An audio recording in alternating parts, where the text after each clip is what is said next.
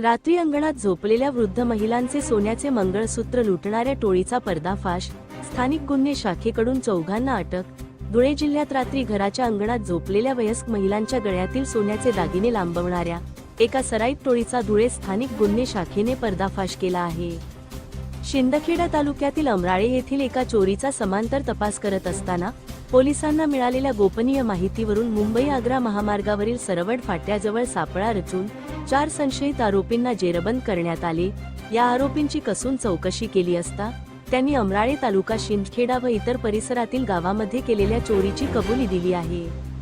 त्यांच्या या अटकेमुळे शिंदखेडा, नरडाणा आणि धुळे तालुका पोलीस ठाण्यातील चोरीचे तब्बल 4 गुन्हे उघडकीस आले असून या यशस्वी कारवाईत आरोपींकडून सोन्याचे मंगळसूत्र, मणिमाळ आणि गुन्ह्यात वापरलेल्या 3 दुचाकी असा एकूण 2,71,000 रुपयांचा मुद्देमाल हस्तगत करण्यात आला आहे।